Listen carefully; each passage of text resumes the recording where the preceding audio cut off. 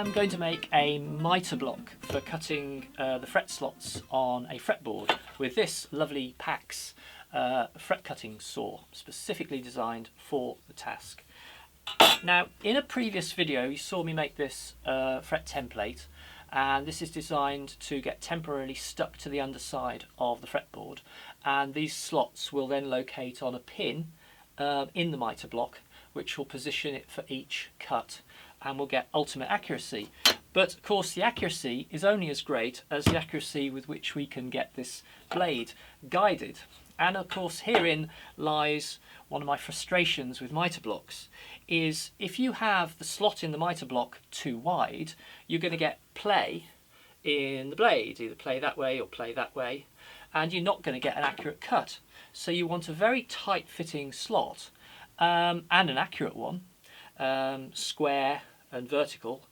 But of course the tighter the fit, the more friction you're going to have against the edge of the blade, and of course also you then are going to be wearing the mitre block away as you cut, particularly as a lot of saws can actually cut sideways. This doesn't have a set on it. Its cut is the width of the blade, but even so, with time it will still wear away at the mitre block and reduce the accuracy. So what I'm going to use are skateboard bearings, and I'm going to use these bearings to guide the blade. They're going to be adjustable so you can get ultimate accuracy, make sure it's absolutely square, absolutely vertical, and won't get any friction. It will be easy to use and the world will be a wonderful place. So I have already cut the basic bits of the mitre block, the base and the sides, out of 25mm MDF. I've got a little bit, oh, a bit dusty there. I've got a little bit of adjustment of these to do. They are square, but I'm not going to have any vertical adjustment on this. I thought about doing this, but I realised that I'm always going to be cutting pretty much identical pieces of wood, and I will never want to get within 3mm of the plate which is guiding the fretboard. The depth of the cut, I never want to go lower than 3mm.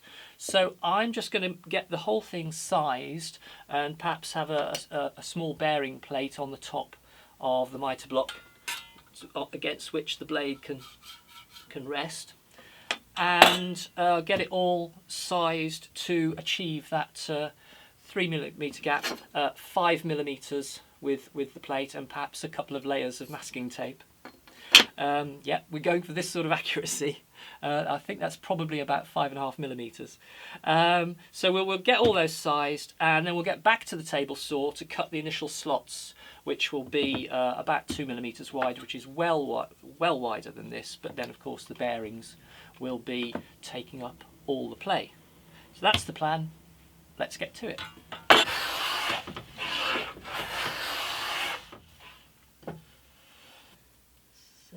.7, 70.7.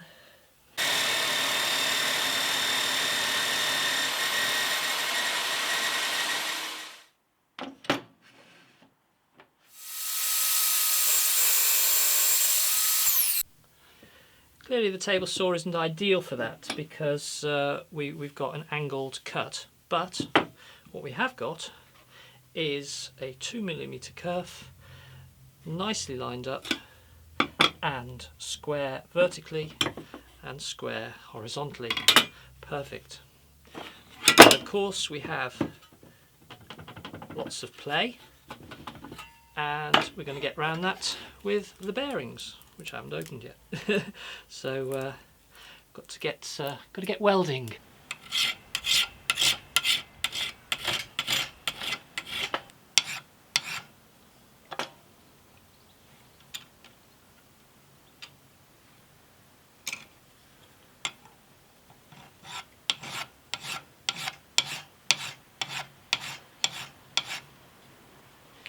Masking tape's a bit of an experiment to see if I can stop sputter blocking up the thread of the screw, because obviously I'm going to have to unscrew this after I've welded it. I don't know whether it'll work, it'll probably go up with a ball of flame, but let's give it a go.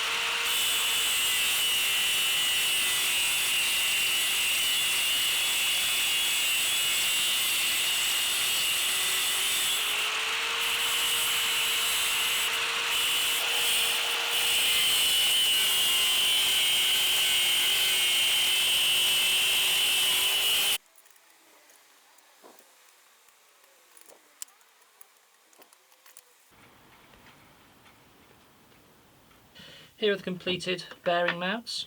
There is a difference between these, as you'll see, because of that slot. I had given myself the option to just use one bearing with those and two bearings with those, but in fact I can use two bearings with these, and that's probably what I'm going to do. I thought at the time that I'd use the 3 points of contact on the saw blade, that I was going to have two on that side and one on that side, but that might put pressure on the blade to twist it. The blade's quite stiff. I don't know. I think I am going to have two bearings on each of them. We can always change that later, but let's get them all mounted up.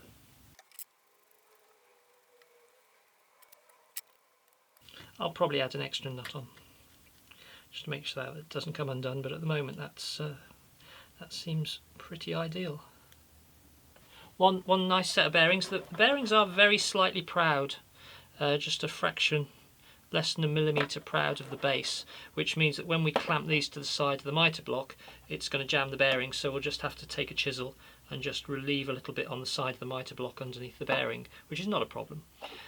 So let's get these mounted on the mitre block with the threaded inserts. This is how they're going to be mounted. I'm very careful. Just demonstrate where the saw goes, and there's just enough clearance for the brass support at the top of the saw, and I've just disturbed them. I have these nicely lined up, but they're going to be level with the top, and then there's going to be a bush on here, a piece of brass that just keeps the saw away from the top of the bearing. So right there.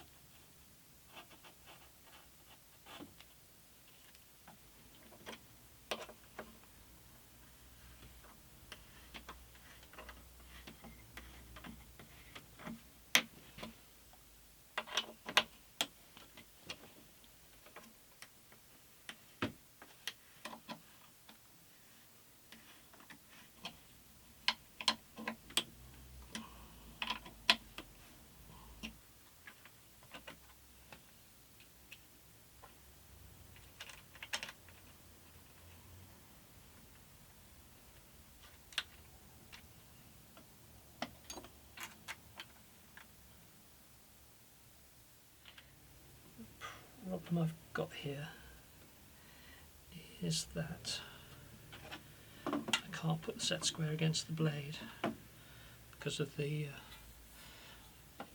whatever this is called. There is a name for it. So if I place that in there, we know the slot is square. And I just push the bearings up against it. That means that the blade will now be in contact with the edge of the work. I need a slightly thinner.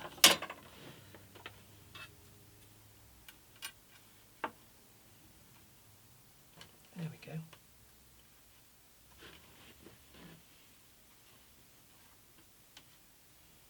So if I tighten that off,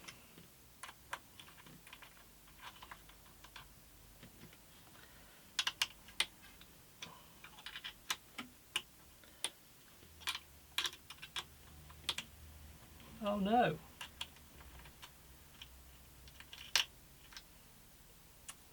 These aren't long enough. I'm going to have to cut some bigger bolts down. That's a shame.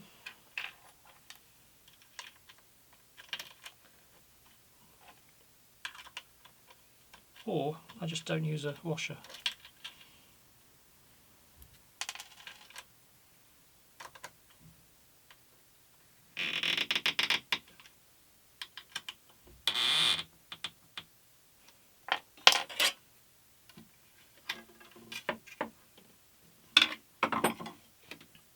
That is square.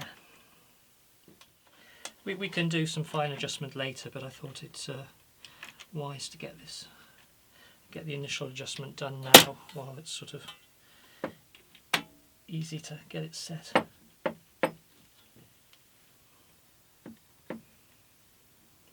we just need to get that up against the blade and then tighten them off. Let's see if this one catches.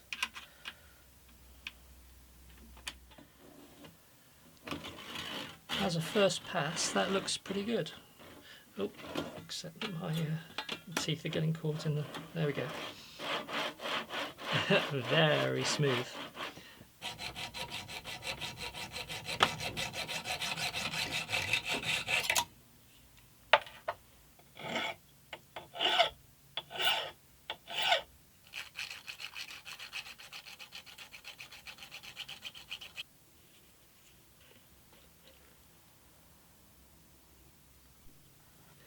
The indexing pin's got to go right on the edge of the baseboard, and it's likely when I drive it in to break out the side, although this will be clamped between the two sides of the mitre block. So I'm just going to angle the pin in very slightly just to give myself a better chance of it not breaking away.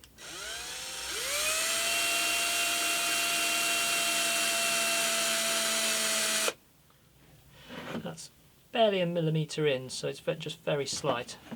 But what I'm going to do is I'm just going to reinforce the edge with super glue just to make it just that little bit tougher. This is super thin super glue and it'll soak in and just give that edge a little bit more strength. But as I say, the sides will be clamped across here, so there we go.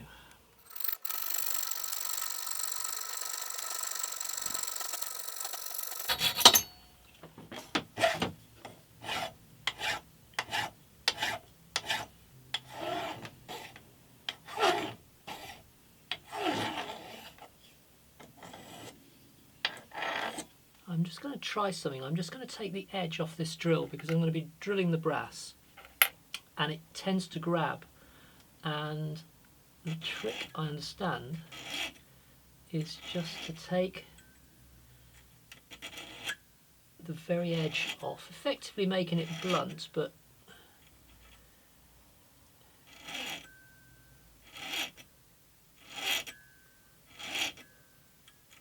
I guess it still has an edge, but with a different angle.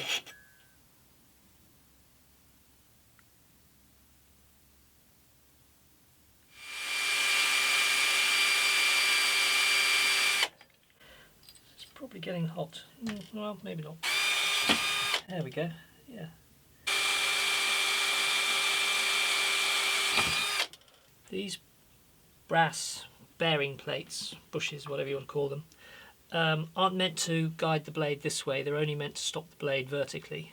So I'm just going to put them up to the edge of the slot. So we've still got adjustment that way, and the slot is just narrow enough to stop the blade going through. The blade is this part of, is that ferrule? I don't know. 4 millimeters, and the slot is 2 millimeters.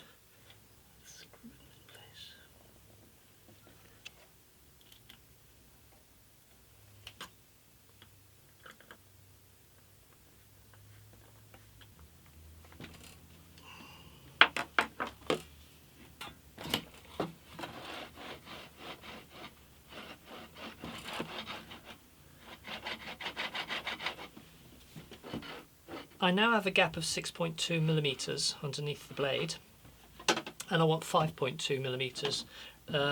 Remember, this is just going to be fixed. I'm just going to be sawing down to within 3 millimeters of the bottom of the fretboard. So what I'm going to do, I've got these 1 millimeter steel plates. I will put them underneath, just temporarily loosen the clamps, put them underneath, clamp the whole thing up, and that should give me 5.2 millimeters, and then I can screw the whole thing together.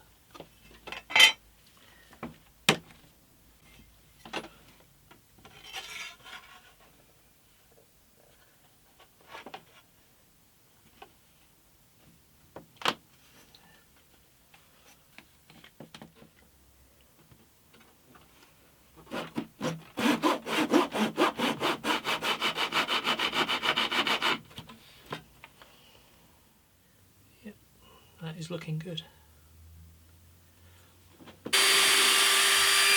Okay.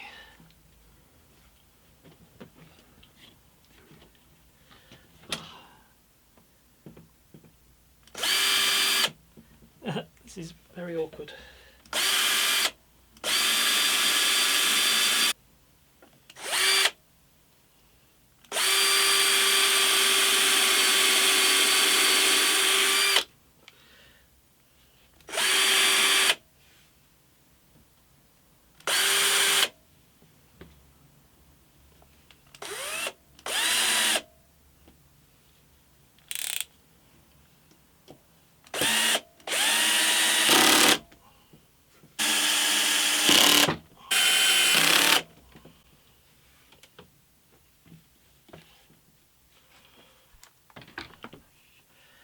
What I now need to do is swap these clamps over, because trying to drill this that way, tricky.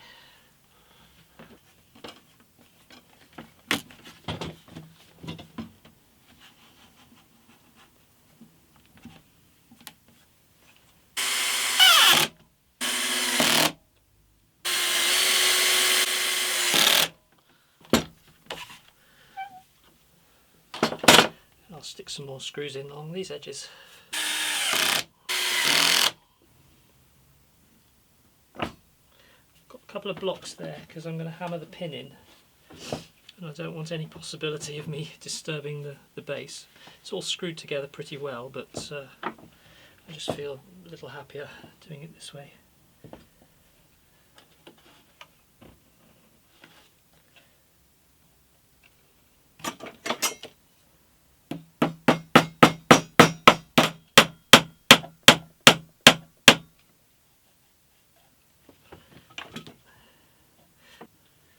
The edges of the MDF have been pushed up a little bit, so I'm just going to get a screwdriver and just press them back down again. And then we're ready.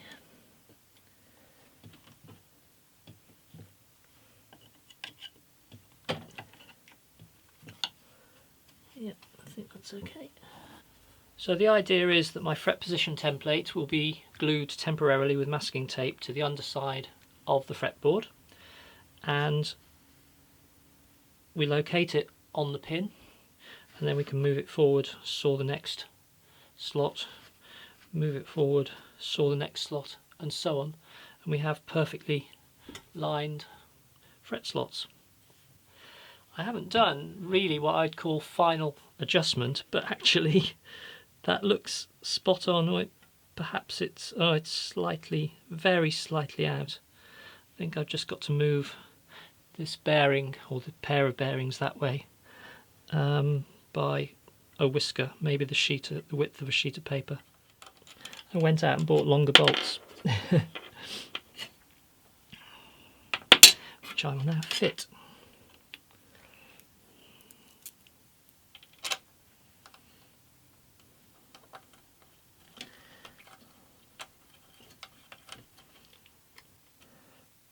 I'm just going to loosen those off a little bit. There we go, we've got movement. Slide a piece of paper in there.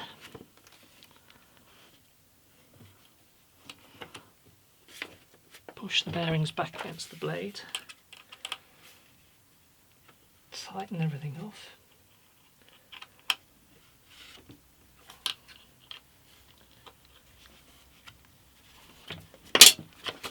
So now we've got very slight play in the blade. I'll just double check the angle. Yeah, that looks precise. So now we slacken these off. Push the bearings back against the blade.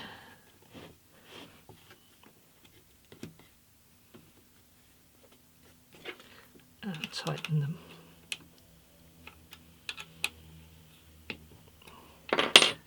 Which means we've got no play.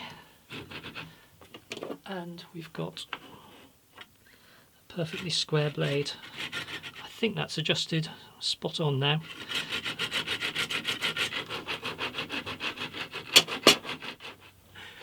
Do you like? I'm so pleased with how this has turned out. It's really worth working to close tolerances on these things in the build of the jig.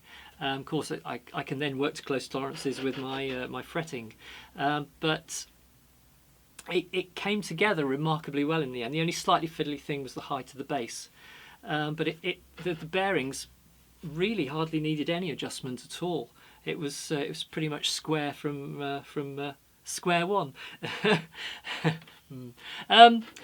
For a full demo of this, you'll have to tune in to my build series. I need to get a fretboard prepared and slotted, and that will take. I've run out of time. I need to get a fretboard planed and sanded, radiused, and then we can get it slotted.